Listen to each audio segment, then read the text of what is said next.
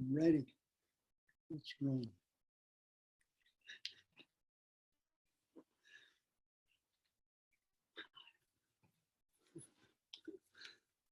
Oh my God.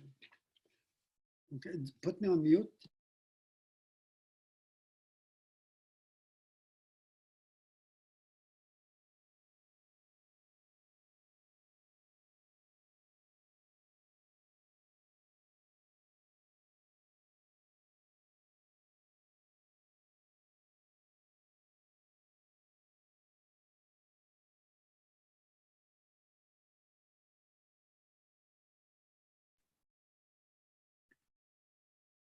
Okay, good evening, everyone. Great to have you all join us for our 30th session of the Community in Uncertain Times series. I'm Ramona, founder of ITM. Tonight's teachings of our great importance, a call to live in accordance with the laws of nature, not solely for our own personal benefit, but for the generations of all beings to come. It gives me great honor to be joined by Dr. Dave Courchene, Nii Gaani Aki Innini, leading Earthman, respected elder and knowledge keeper of the Anishinaabe Nation, who has devoted his life to environmental stewardship. Dave is with us tonight to speak on the sacred fire, its role in creating essential healing for our earth and in maintaining the relationships within the sacred web of life. If you have not already and you are able, please make a donation to the Turtle Lodge for the continuation of this work. We'll do our best to leave time for questions and reflections at the end of the evening. We ask that you type out your questions in the Q&A box provided.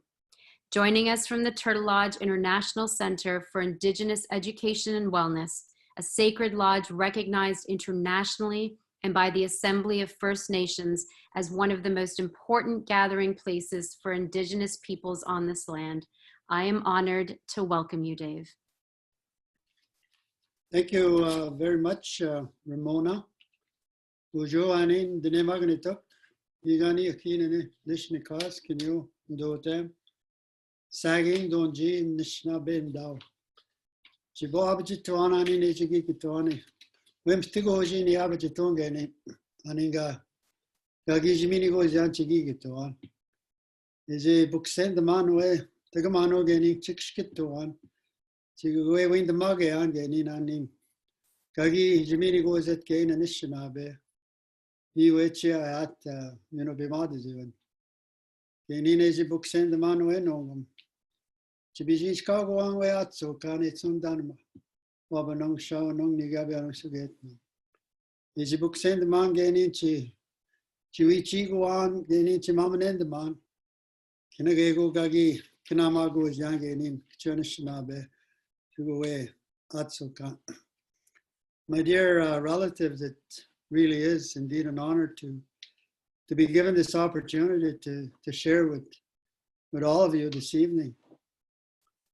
You know, as a people, we've always been more or less sidelined and marginalized and not really being given these opportunities to share our understanding of our way of life that our elders have passed on to us. There's a word that we use in our language, Menupimadizu, and translated really means a good way of life. And this evening, I want to share with each of you, which I believe is a very important initiative that we're initiating here in our homeland. Today, we have arrived in a pivotal moment of great change and great opportunity. This is a time of transformation. In today's reality, we live in a world with so much uncertainty and confusion. Our whole lives have changed with a virus, sending us into shock with the thought of losing control. Humanity still struggles to find its true purpose. Our society has buried truth, has buried kindness, and has buried freedom. Our world is divided, and we're separated from each other and disconnected from the land. We've used our gift of free choice to create a selfish world of materialism at great cost to nature itself. We have much to learn from nature. As humanity, we've created systems and ideologies that keep us separated rather than uniting us. By her example, nature can show us how to work together. The earth is a living entity with an intelligence we need to connect with. She is the true teacher of life who helps find ourselves as we go within our own being. We each have a spirit that defines our identity and gives us purpose and meaning. Within the core of Mother Earth is a fire that is transferred to all who have been born from the earth. When the fire inside us goes out, our physical being returns to the earth, while our spirit returns to its source in the spiritual realm. The spirit lives forever. Earth, air, water, and fire are nature's elements of life. Life could not flourish or sustain itself without each one of these elements. They are the roots of life. We've neglected to show respect for these elements that sustain life. Fire is one of the most misused of these elements. Today, I want to share with you the true spiritual power of fire. Humanity has misused and abused this element, and this is very evident in the weapons of war. Fire is a symbol of the sun, of the Great Spirit, a symbol of hope, purification, and rebirth. We have fires that have been unleashed by nature as a clear sign that humankind cannot control nature. The old people who know the power of the sacred fire say, go to the fire. This is where your healing will begin. The fire will transform you into a being of light and kindness. Fire is central to our evolution. The sacred element of fire was lit from ancient times. As a people, we have survived the genocide with the help of the sacred fire. Although we went underground during the hard times of domination over our way of life, the sacred fire kept the heart warm, bringing the spirit of our ancestors within our presence to keep us strong. The fire held a vision they brought us, a vision of hope and peace. Our vision came from many generations of our people living by the fire. Through the sacred fire comes the direction from spirit. The fire acts as a doorway for the entrance of spirit. As we light the sacred fires, it brings the essence of the light of the sun, the essence of spirit, into our presence. The sacred fire can help us in our journey to find our spiritual identity, our purpose, and our dreams. This journey is the first step in transforming ourselves to becoming people of the heart. The fire has the power to ignite the passionate, blazing fire of love and kindness within each of us. The fire can help melt the ice in our hearts. We have strayed so far away from the fire, we have become lost in the darkness of our misguided minds. Today, I humbly ask the world to join our efforts here on the winter solstice in the Northern Hemisphere, December 21st of this year, to light a sacred fire wherever you are on the planet of Mother Earth. The fire will light the path to our return, a return to light after the longest night. To the indigenous, and I'm sure other cultures, the longest night represents the birth of the new sun. We begin our new year with the new sun as we pledge our commitment to the spirit. It is time to rediscover the real power of fire, which shines a light on truth. If you are fortunate enough to have a place to light a sacred fire, use it. For those in the cities, invest in candles to light your fire. Speak words of gratitude to the fire, to invoke the spirit to come within our presence, to help us in these difficult and challenging times. Indigenous prophecies shared that a time would come when we would be called as Indigenous people to lead a movement of awakening. The element of fire can bring us out of this darkness, and then we can begin sharing the knowledge we have as a spiritual people that love the land so much.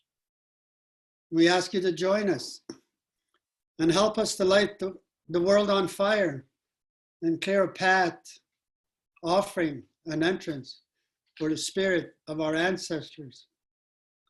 At the present time, we are all in the midst of a pandemic, which in a few months has turned our world upside down. And it's most caused by imbalance in the natural world. There's been a loss of habitat and biodiversity. And it's not only creating extinction of the animal world, but directly causes the animal viruses to spread to human beings. As Indigenous people, we have continued to watch and witness the destruction of Mother Earth because of man's behavior and his attitude that he can control life and he can control nature. And we know that the prophecies that have been handed down to us as a people, it has always given us hope, and it has a defined direction on how we should live and behave as human beings. It is well understood within the lodges of our people that we were given original instructions on how to live, how to behave as human beings. And we have a very strong memory, a genetic memory that remembers the creation stories of our people. We have a very strong memory of the original instructions that all of humanity was given. And we do have a universal responsibility. And that universal responsibility is to take care of the earth, to be real stewards of the land. With all that we are witnessing today, the pandemic, the fires, the floods, the winds, all of these natural forces that are on the move is only a result of how we have treated the earth. That Mother Earth is only trying to encourage us to reflect on what we are doing to life, what we are doing to each other. And it has always been in the teachings of our people in the sacred lodges that what needs to be centered in our lives is our children. Children were born with rights. Every child was born with rights. Every child was born with the right to have a good home. Every child was born to have what it needed in order to be able to grow. Food, water, medicines, and the teachings that would help them to fulfill their own destiny and in taking care of the earth. And it is said by the grandmothers of our nations that a child was born with the right to be told the truth. We have deceived our children, that we've created an environment that does not reflect the truth that they need to hear. Today we face a universal spiritual identity crisis where most human beings have not been able to connect with that part of their being that we call the spirit that holds their identity, that holds their dreams, that holds the gifts that they carry, that define who they are. And to know who you are, which is reflected in our identity, is very important. In the lodges of our nations, we are encouraged to consider this element that constitutes our being that we call the spirit. I always like to share some of the knowledge that has come from the lodges of our people. And I remember one line particularly that came through an elder that had just come out of ceremony to remind the people. And he said this in the language, Maya, kanendagut miwe chichakon. Translated, the best way that I can translate that is what the elder had said, that the most important part of our being is the spirit that reflects our identity, that carries the memory of the original instructions that we were given by the Great Spirit, of why we were given this gift of life that we enjoy today as human beings. And that purpose, universal purpose, is to bring peace into this world, to bring love into this world. And we've failed in many ways, that we continue to support institutions, ideologies, and concepts and systems that have no moral, ethical values that should be grounded in whatever we do and whatever we create. Should be based on values and teachings that treat life as sacred, that we create whatever we need in order to live and to survive and to show respect for the land. Many people today struggle to find and give definition to what a sustainable life would be.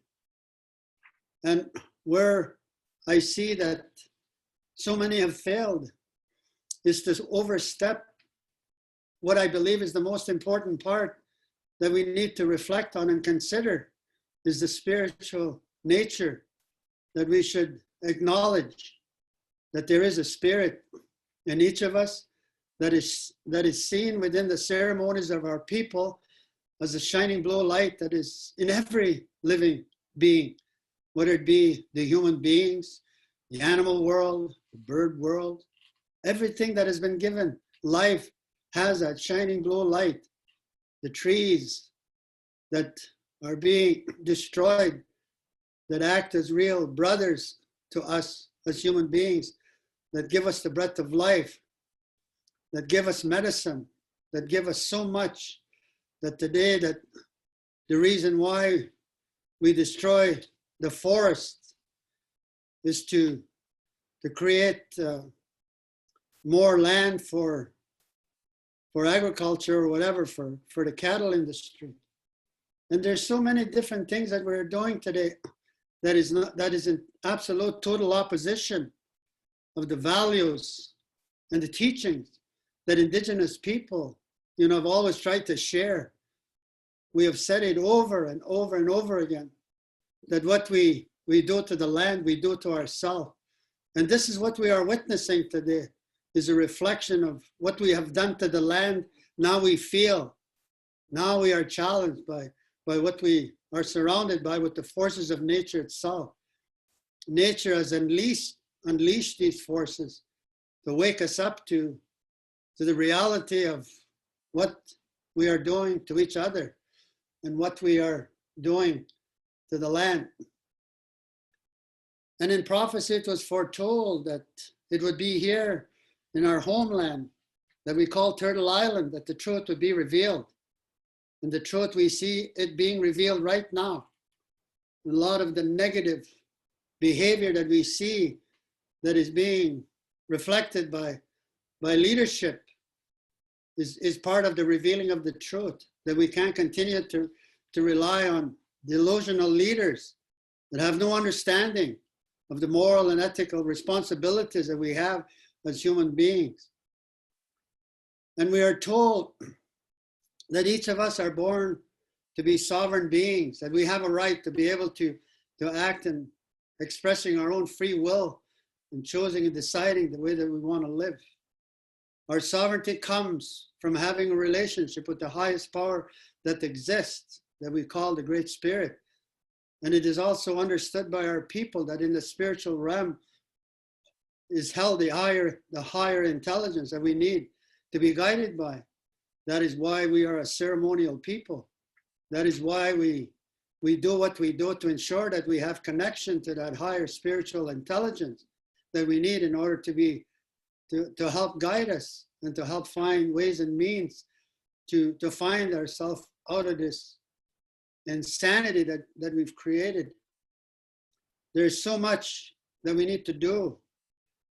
And in that prophecy, it was foretold that there would be a great awakening that would happen.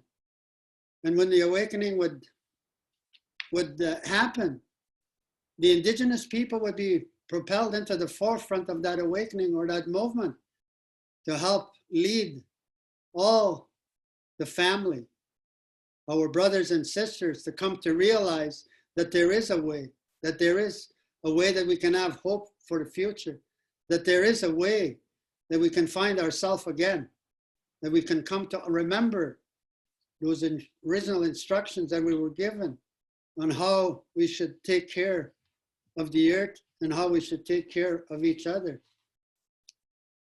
It is not about protest. It is not about trying to tear down a system that refuses to change, but rather what we need to do is begin with ourselves as individuals to find the answers within ourselves, which is held within the spirit itself. That is why today we make the call to light the sacred fires around the world, because it is an element that can help us move forward. It is an element that can help us to reach that level of connection to the spiritual world, because the fire has always acted as a doorway to the spiritual world. And during the times of our own challenges as a people, where there were so many attempts to destroy our identity, to destroy our relationship with the land, it never succeeded. Because we continued to light the sacred fires, even though we went underground. We went to the mountains and we went to the islands to light the sacred fires. And we did not light those sacred fires only for ourselves. We lit those sacred fires for all of our brothers and sisters that needed to one day come to understand that what their true purpose would be in living this human life. And these sacred fires today, I'm hoping that we can be motivated and inspired by the guidance that are being given by the elders, the knowledge keepers of our people here in our homeland. And they're telling us, they're advising us, to light those fires and begin there, because the answers will be found within those fires. We cannot overstep the spirit and not give the spirit the opportunity to be able to guide us and to direct us to the way that we need to go in order to move out of this world that has created so much darkness, so much hatred, so much violence. Today we see so much racial intolerance. Why is it that we cannot come to accept the truth and the fact that we are all related and we're all connected? And within the human family is diversity, like in nature. No one tree is the same. No one animal looks the same. There's always a diversity in everything. And there is diversity within the human family.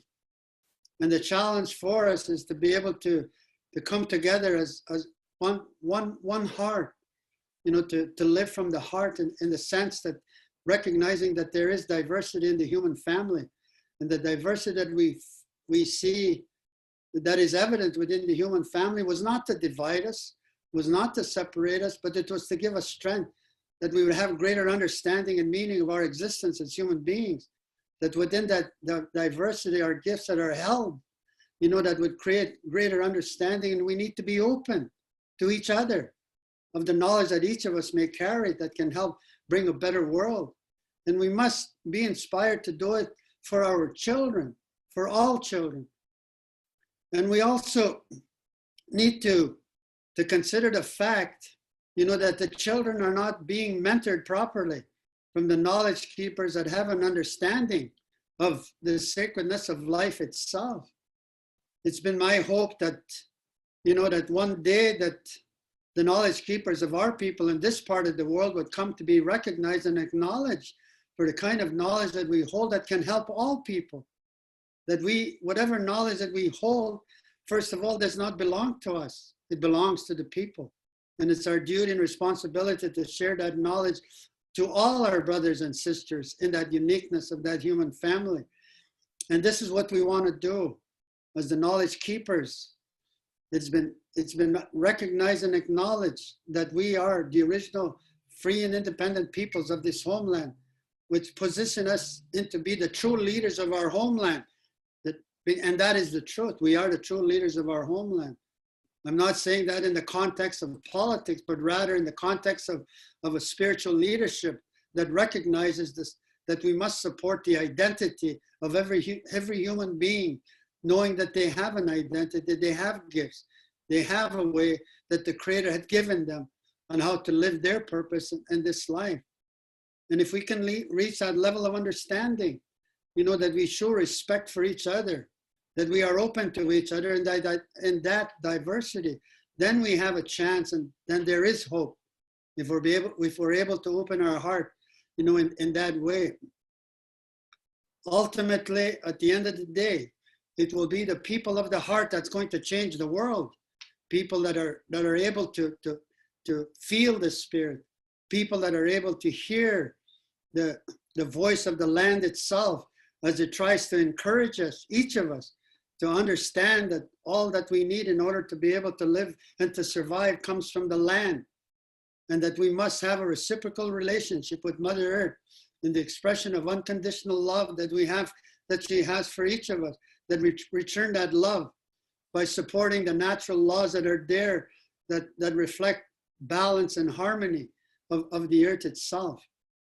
There's much that we need to do, but I'm hoping that in this evening, you know, that I'm able to inspire some of you, hopefully all of you, that you will join us in lighting your fires, however you're able to do it, that we bring back and rediscover the real meaning and the power of fire and how it is important for our survival as human beings. And we do it on behalf of the animal world. We speak on behalf of the animal world that are going through a period of extinction with many, many different species. The fish, all of life is being threatened because we have no respect for the waters. We have no respect for the air. We have no respect for the land. And we have no respect for what we put into the sky. You know, we need to really stop and consider all of this. You know, is what we are doing and the way that we are approaching life, is it right? Does your heart tell you that it's right? Or is your heart telling you something else? And it's going to take a lot of courage for us to be able to do the right thing. It takes a lot of courage to be able to become a part of something that will correct the wrongs that have been done, particularly to Native people. What has been done to Native people in their homeland, to be denied, to be expressed, for them to be allowed to be express their identity and who they are as a people that have been here for tens of thousands of years. And we ask, you know, for our brothers and sisters to join us in the restoration of a way of life that will be a benefit for all of us, not only Indigenous people. You know, that we ask that the people also join in these efforts in restoring the wrongs that have been done, and to find the courage, you know, to help correct, you know, those wrongs, because there is a way that it can be done, and it can only be done spiritually. It can't be done any other way. It has to be done spiritually, where we're able to work together, to be able to join together in the spirit of love, in the spirit of kindness. You know, I want to share something my mother had said to us, you know, when we were growing up as children, that I've never lost memory of. And my grandmother said,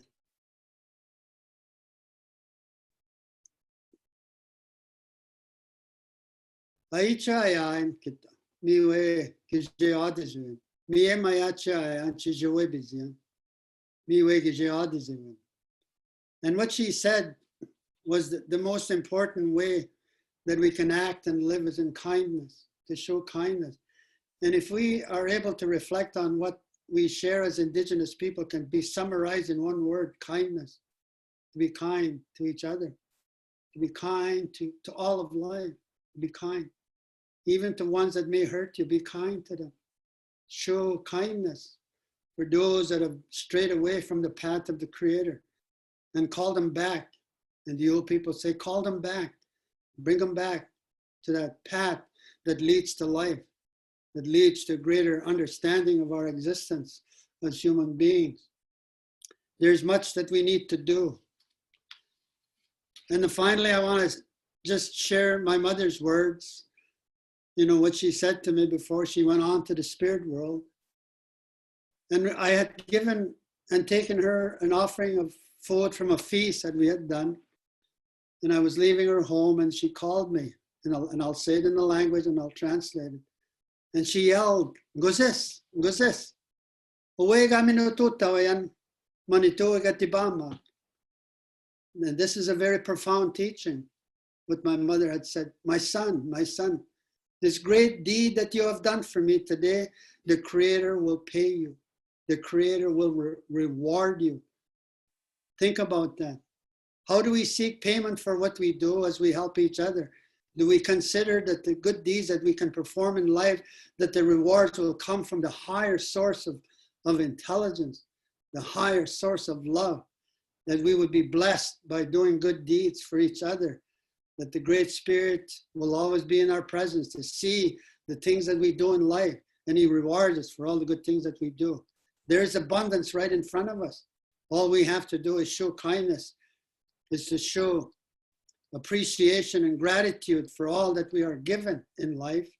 And if we're able to do that, then we will receive abundance. We will attract what we need in order to have a good life, is to show kindness and to serve the will of the Great Spirit's plan to be able to bring peace and love into this world. I thank all of you for taking the time, to be here this evening. As I share these words, I share those words not to hurt anyone, but rather out of concern that I do have for all children, for the love and the concern that I have what I see happening to Mother Earth. We need to wake up, and the fire can help us with that. So I hope that whatever I've been able to share here this evening, that you will be inspired, to join us, because the answers that we're looking for ultimately are within each of us, inside of us. The answer is right inside each of us. We don't look for the answers outside of us. We look for the answers inside of us, because that's where the answers are. It is in our identity and who we are that gives us a dream and a vision that we define our purpose. And once we find our individual dream, it will lead us to a collective dream and a vision that can create a much better world that we're living in today. And if there's enough of us, then we can change the world. And let us allow the element of the fire to bring the light that we need, to guide us to that path, as we fulfill our own personal identities in becoming a part and an instrument of the will of the Great Spirit. I thank all of you for listening, and I'm prepared to take a question if anybody may have a question. Thank you for listening. Miigwech. Miigwech, thank you, Dave. I think that every time we host you for a talk, within moments, it's full. We have no spots remaining. And I think people gravitate towards you in these teachings because of the profound truth that you hold. And as much as we talk about everything that is going wrong in the world, you give us hope in these teachings. So much gratitude, Miigwech, for always instilling a sense of hope and the ability for us to participate in this greater vision. So the chat room is now open, as well as those of you joining us on Facebook. We could read those comments as well if you have any questions or reflections for Dave.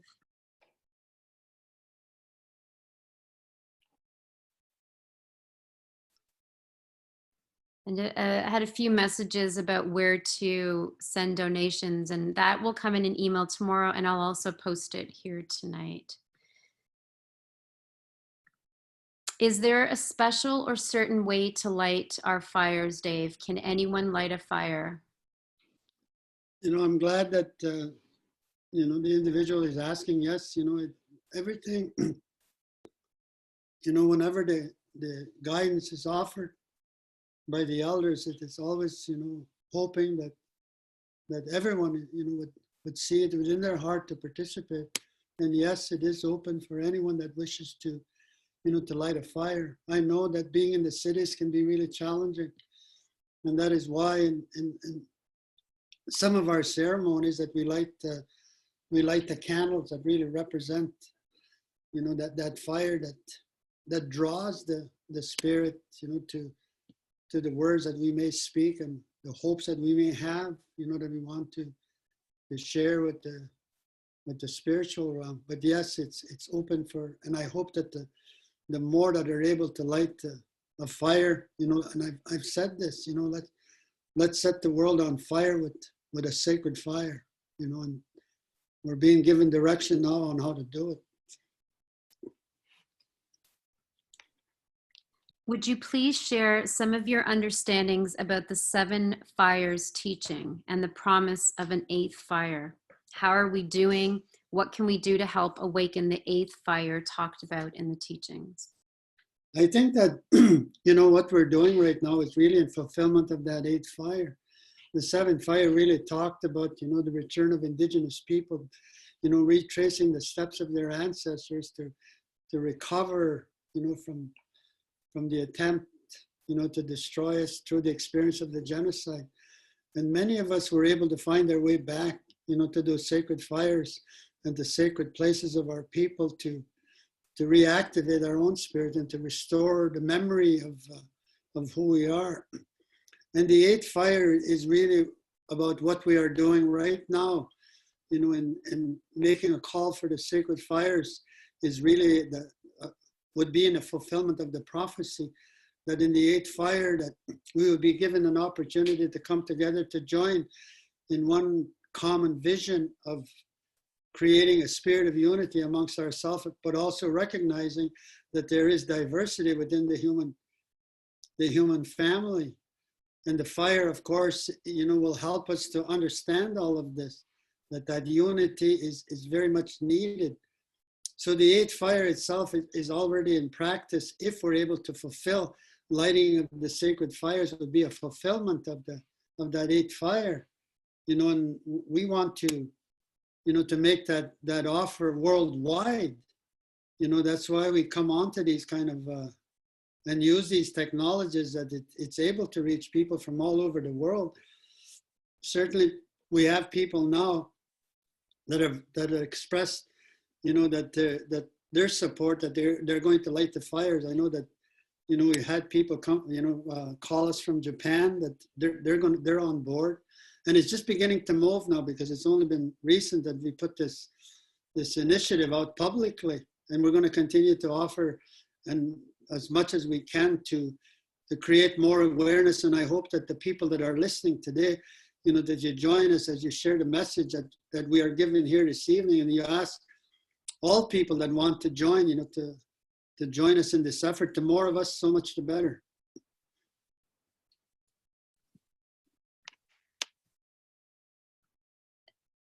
And what time, is there a specific time, early morning? And I'll be lighting candles. Thanks, Dave. I think what's important, and I looked at it's 10 o'clock TUC, which is 4 o'clock Central Time. That's one according to the solar calendar or whatever. But I what's important, I think, is that, during that period of that day of the 21st, if people, can light that candle within that time period, I think would be good. Some will light it at, on the morning of the 21st. They can light it at any time, at beginning at sunrise. I know that there's time differences across the country. So if you want to use the sunrise as the common denominator of lighting the fires, and that's fine too. But some of us will be going into ceremony also during the full day and night. We will be in ceremony. But if we can just keep it generally on the 21st, then people it would be safe.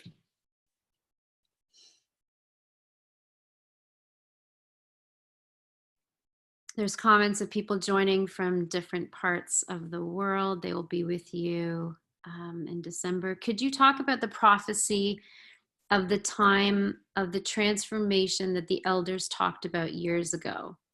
Are we in that time? Is there a big change coming? Will we no longer be able to live in the cities? And how do we prepare, Miigwech? You know, a lot of these questions that are being asked, I would defer them to the spirit, and that's where the fire comes in. A lot of the questions that you have, you know, and I do not want to overstep, you know, the spirit or the grandfathers. I think that, you know, I do have some understanding of how important this time is that we have entered. Like I've said, you know, many times, you know, we've entered into a great change and a great opportunity, which, you know, we're in a period of transformation. And even though that there will be individual questions, I say, go to the fire, you know, and ask for those questions to be answered, and they will be answered. I think that the most that I can do at this time is, you know, to create that encouragement, you know, to go within the element of the sacred fire, you know, for those questions to be answered. But certainly, yes, we are in a very, very important time. It's been said, you know, in the lodges of our people, that Mother Earth would give birth to a new life, and I think we're on the labor pains of Mother Earth right now. There's a new life coming, and that new life will be manifested in those that are able to return back to the original instructions, that are able to really bring love and peace and all those values that we need. That's the new life that they're talking about, and that new, you know, and that we all have the capacity as human beings to be expressive of that love. We all have the capacity to be able to change the world. We all do. All it requires is that faith in ourselves, that faith in the spirit, you know, the faith of the forces of Mother Earth. And right now, rather than look at all these forces that are, you know, that are happening around us, you know, look at them as natural forces that are occurring, you know, from nature itself, that we align with those forces. You know, we don't challenge them. We go with whatever forces, you know, that Mother Earth is reflecting. And we have to consider, you know, our behavior, you know, that we're a big part of why we're going through what we're going through. Like even this whole challenge of the pandemic, you know, rather than look at it as something negative, you know, it's positive. It's positive because it's coming from Mother Earth. But what is created, you know, that what may appear to negative is our own negative behavior, not the negative of Mother Earth. It's the negative of our own behavior, you know, that is brutalized, you know, the animal world. Look at what we've done to the animal world.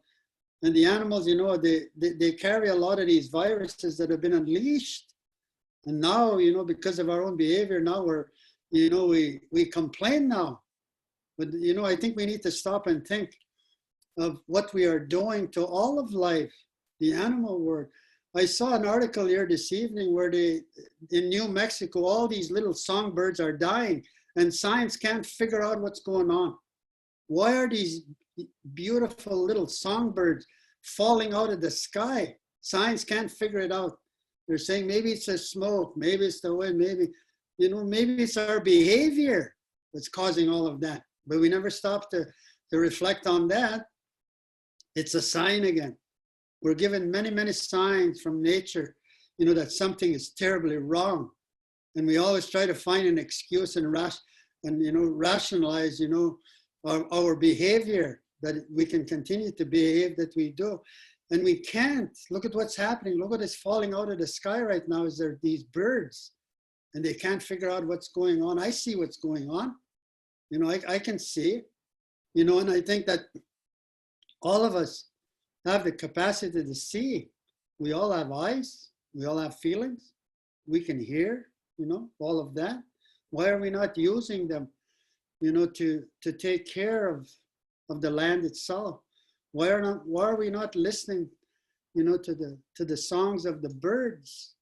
You know, why are we not listening to as the animals come forward and try to tell us, you're the only ones that can speak on our behalf, speak for us. And that's what we have to do, all of us. We have a duty and responsibility to speak on behalf of all that life, whether it be the birds, the fish, or the animals, not to destroy them, but to speak on their behalf.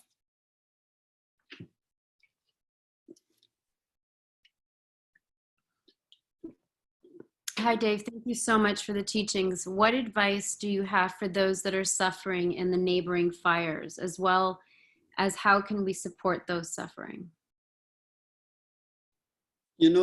Of course, what we are seeing, happening in these areas.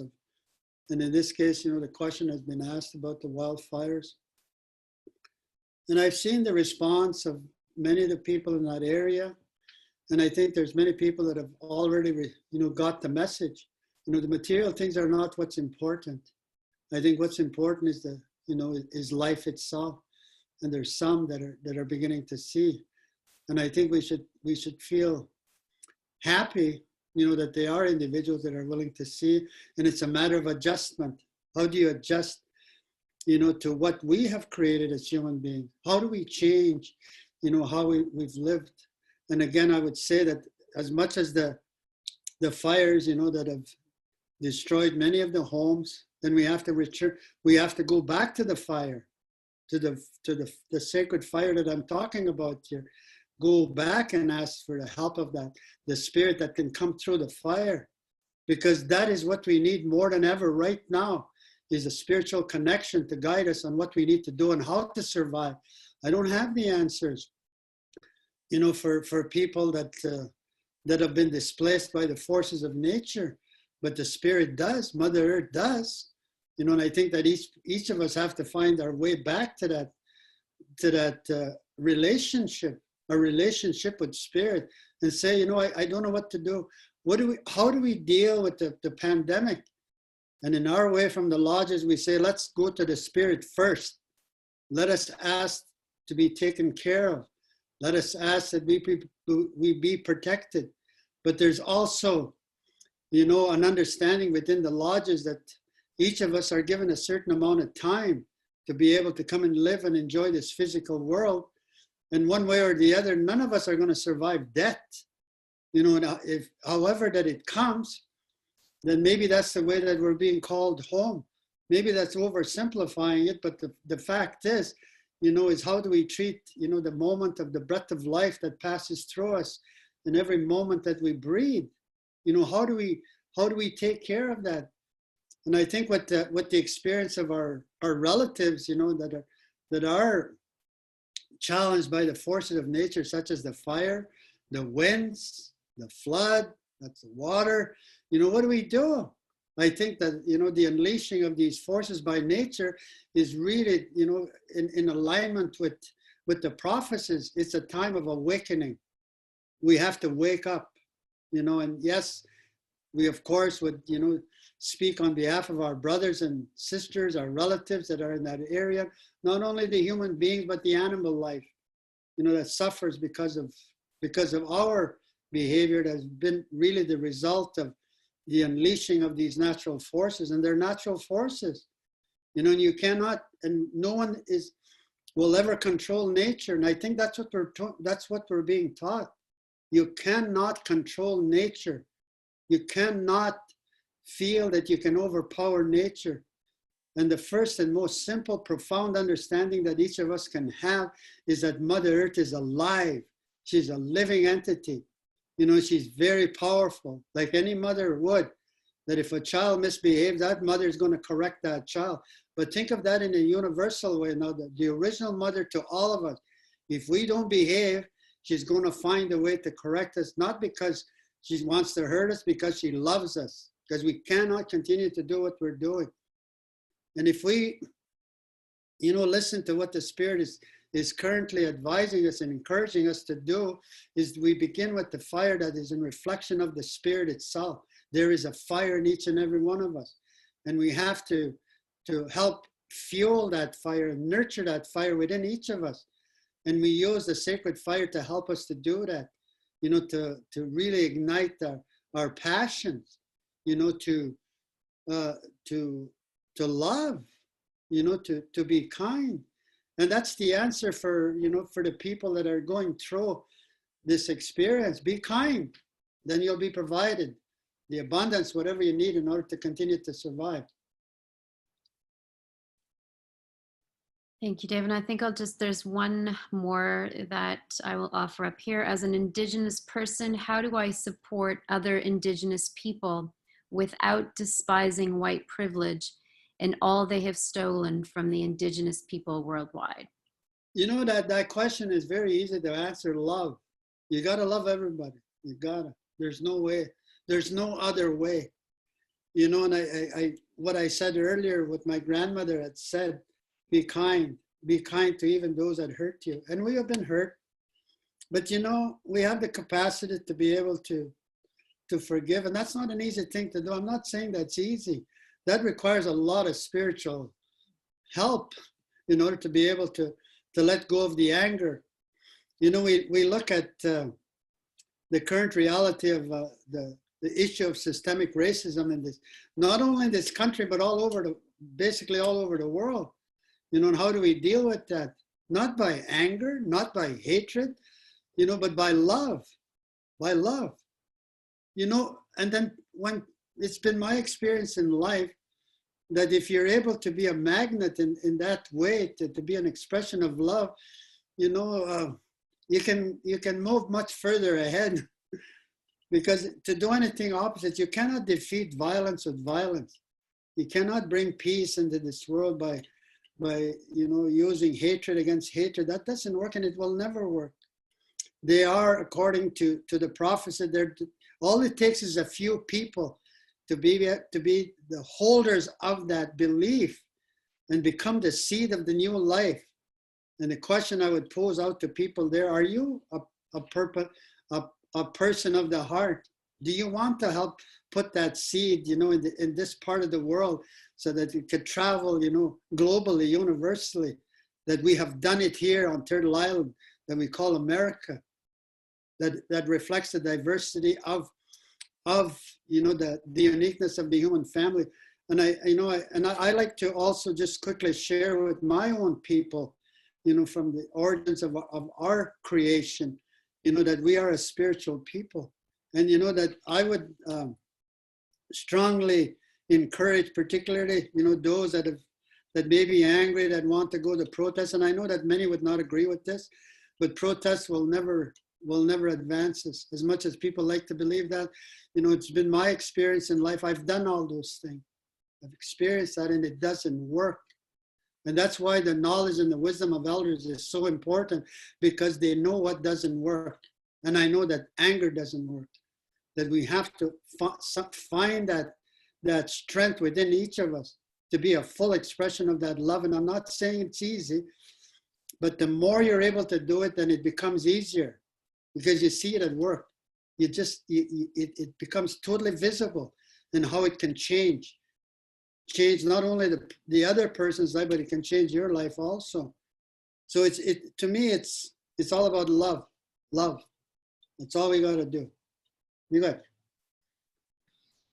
Thank you, Dave. I just wanted one person left to comment, and I think it's a great way to end this evening. Chi Miigwech, Dave, for stoking the fires in all of us. And with that, may you all be well. May you take care of each other. And as Dave's mother and grandmother taught, may you walk in kindness. Good night. We will send out an email tomorrow with the details of connecting with the Turtle Lodge and connecting on December 21st for Rediscovering the Sacred Fires. Good night. Thank you again, Dave Miigwech. Thank you, Sabina. Thank you. Thanks, Ramona.